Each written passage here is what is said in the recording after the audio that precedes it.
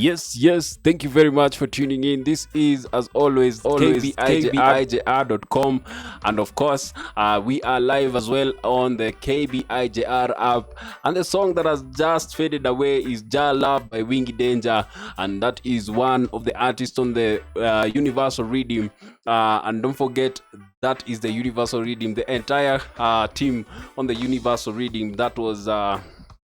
On this rhythm, we had artists like Baby C, who is a producer of this rhythm under Russia's Records, Jason Nisrock, Jason Toda O'Neill, Lion Child, Nathaniel, of course, Shadow Vision, Vanessa Briggs, Wayne Stoddard himself, and of course, finally, Wingy Danejah.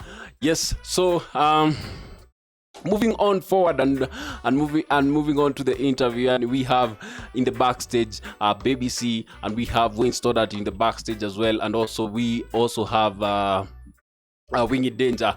So let me introduce to you this artist, award-winning gospel record. He's an award-winning gospel recording artist.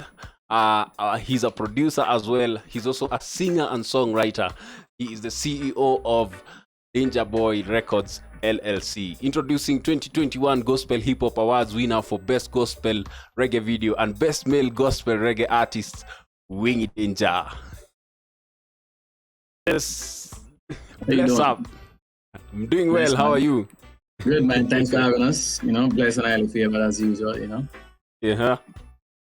Yes, I really appreciate you very much for your patience, of course, and for joining me this wonderful I don't know, it's afternoon wherever you are, it's evening wherever I am. I'm actually in Kenya right now, but we are streaming across the world on on Kingdom Business International Jesus Radio, which is a gospel international gospel radio, internet radio, sorry, and we are streaming across the world. I can almost say that we also have about 12,000 fans on the app and even on the website, Yani. So we really appreciate you very much for hanging out with us today. Yes, so introduce yourself, let us know, let the people know who you are, where you're from, and what you're about. All right, well, the name is Wingy Danejah, and people always get the name messed up because Wingy in Jamaica was premature, so that's the name Wingy. But it's kind of, people think Wingy, but it's actually Wingy. And it's Wingy. Yeah. So, it's one of those things, the name just stuck and I kept it. And Danger is like saying dangerous, but John, the end, represent God. So, the Bible said, touch not the Lord's anointing. So that's where that whole name come. I'm covered. So no matter what you say, it's not going to matter. So I'm dangerous. So watch what you say.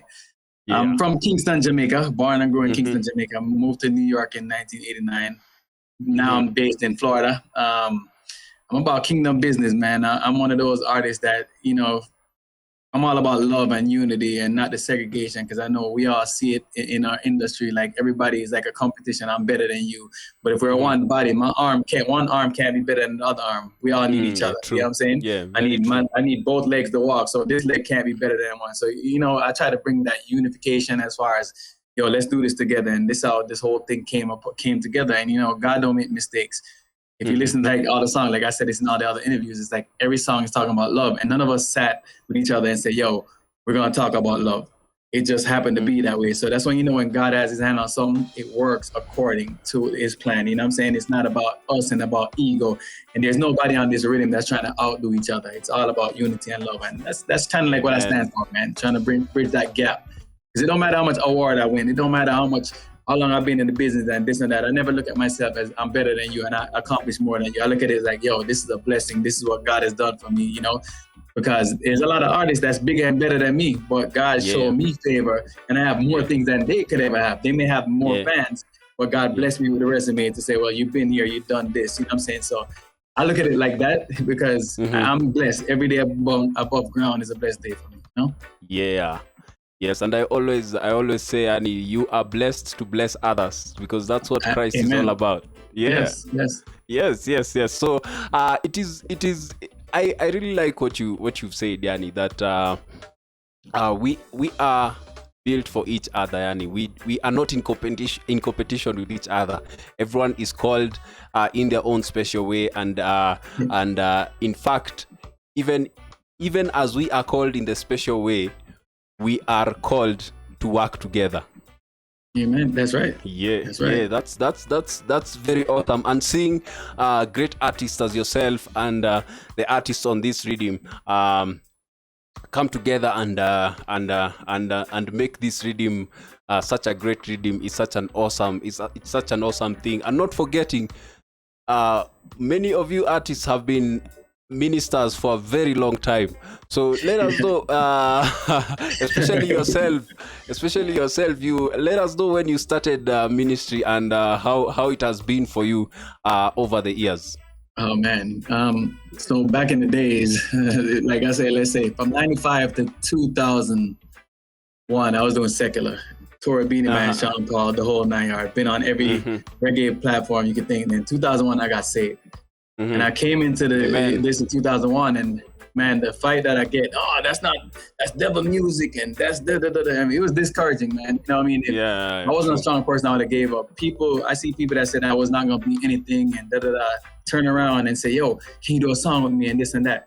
You know, keep in mind, I was nothing, but to God, I'm something. You know what I mean? But my thing is, I like when people tell me I'm gonna fail. Because it gives me the perseverance to push. I'm always pushing. I don't care. I'm going to prove you wrong. That's just my thing. Because, you know, the Bible says, greater is he that is in me than he is in the world. So I don't worry about what man say. You know what I mean? Man can hurt the heart, but them can't hurt the soul.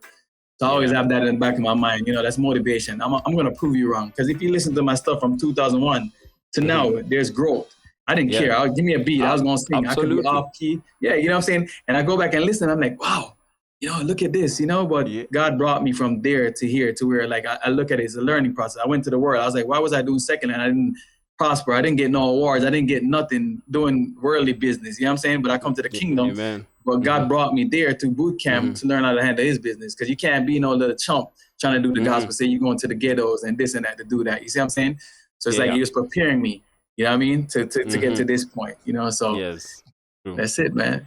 Yes, I know. I understand that every time anyone comes to Christ, there is always gonna be resistance. Yes. Whether you like it or not, there is always going to be resistance, and we need to understand that the good news is not man-made. Because man understands the good news in so many different ways, and it's such an encouragement to see you made your decision and you chose to focus on Christ instead of focusing on what men spoke over you. And my next question is, as a former secular artist, what is the one encounter with Christ that convinced you that you are going to be sold out to the gospel ministry for the rest of your life? Bro. Oh my God, bro. All right, I'm gonna give you one. There's a lot, man. You know, God proved himself to me many times. Like I before I got saved, man, my testimony is deep. A lot of people don't know. Like, I literally got in a fight and I wanted to kill this guy. It's pretty much what it is. And there was a voice like saying, what are you doing? And there was nobody there, but it was plain as day, like me talking to you. I'm looking around. I'm like, oh, went to church, and the same night, and the guy came from Canada, didn't know me. He's like, yo, God's talking to you, but you keep ignoring him.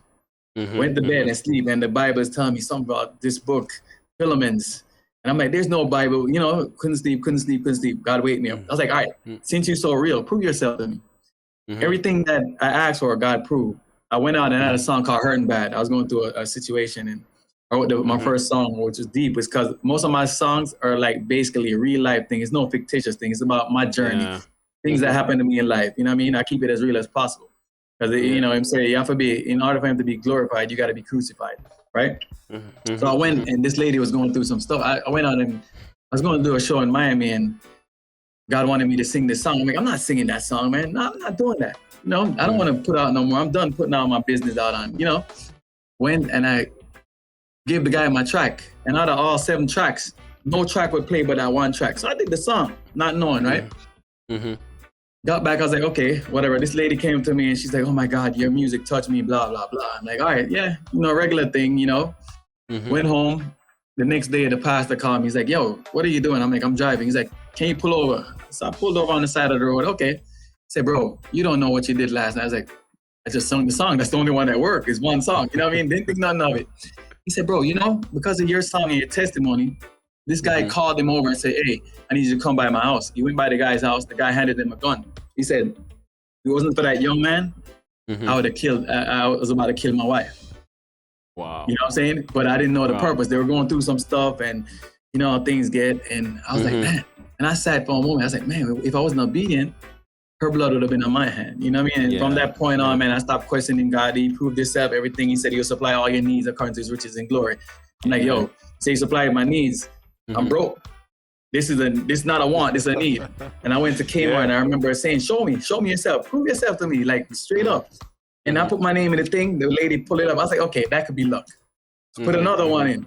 They pulled my thing again. I'm like, okay, I said, that's it. And from that point on, man, I'm not saying I'm perfect. I'm not saying that every day I walk, you know what I'm saying? Because, you know, we all have sinned and come short of the glory. You know what I'm saying? Yeah, true. So my thing is, I just learn, and every day I renew my mind. Like Paul said, renew your mind daily. I renew it. I'm not perfect. I make mistakes. I do the wrong things. I'm not no sanctified Christian like the church. You know, they're too saved to kind of welcome people. I'm not that kind of guy. I'm one of those that I sin every single day of my life. You know what I mean? And I try to do better. You know, every day I try to make everything better. I try to encourage people around me to do better and try to be that light, you know? Yeah, man. So that's it, man. Yeah, so that's a really inspiring story and I really love it.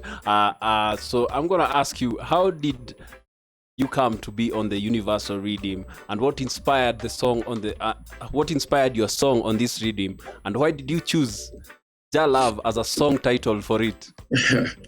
Funny, all things work together for the glory of God, right? Hey, so I did a freestyle thing on, I guess, BBC had a beat, and my friend Evangelist from out of Toronto that we've been rolling with for years. When I came into the gospel music, those are the guys that I clicked with from Toronto.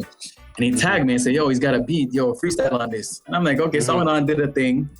And BBC linked up with me and he said, yo, I got some rhythm. He sent me a whole bunch of rhythm. I'm like, wow, this is tough. You know what I mean? Yeah. Got to the rhythm and I had the song written. Jah Love was written, actually the chorus was written in about 2001. So I was doing a song with Million Style or something like that had a beat out. And I just never got the clearance. And I'm like, I don't feel right doing something on somebody else's beat. And I had the Jah Love, I'm gonna play football, but I had that already written. And I couldn't write the song. No matter what I did, for years I was writing and I couldn't write it. I'm like, man, he gave me the beat. And I'm like, in the car, I'm like, oh, this flies, man. I'm like, oh, okay. Went in and I started writing. I was like, the chorus was already set. Got in and then like I started hearing in my spirit, hypocrites. Let's talk about hypocrites. Let's talk about people that's fighting against. And I did that, you know, when a kid of them and those. I always want to learn for wolf in sheep clothes because enough of them come, they smile with you and pretend to be your friend to get what you want. But when you show them what you want, they turn their back on you when you need help. You know what I'm saying? And in the studio, it was supposed to be a feature. Went to the studio and my spirit's like, you're going to do this song by yourself. I went in and said, you know, the last part, you know, we're talking about them, you know, bad mind, come and check me yesterday. And I freestyled that. That wasn't written. God's like, in my spirit, I said, yo, play. God's giving me, take me to a direction, and the whole thing, no stop, no nothing, recorded it straight through. Yeah. You tell bad mind, get out of my way, and I keep praying to the Most High, because it's just saying pretty much no matter what they do, just move them out your way and keep praying. Don't worry about them. God's gonna keep see you through. You know what I'm saying? I'm like, wow. When I looked at it and I go back, I was like, man, I said that was all God. That wasn't me. None of that was me. True. You know? So yeah, that's how that song came about. Yeah. And Jah Love is like a universal message. You know what I mean? Because Jah. Rastafarians look at Jah as God, but we know Jah is Jesus because that's the Bible. So I wanted to use their language because, again, that's my bait. So I'm changing up the bait. We're the new wine at this generation. So I changed the bait. So they're going to hear Jah. People going to think it's a reggae song. But when you get down, I say, I said Jesus. You know what I'm saying? Still I praise Jesus in the song. So even though the Jah catch them, then Jesus get down in the middle of the line when they get to, you know, the conviction. Yeah. Mad respect to you. I really respect you, man, for keeping the faith for all these years, and keep it up, keep representing for Christ, and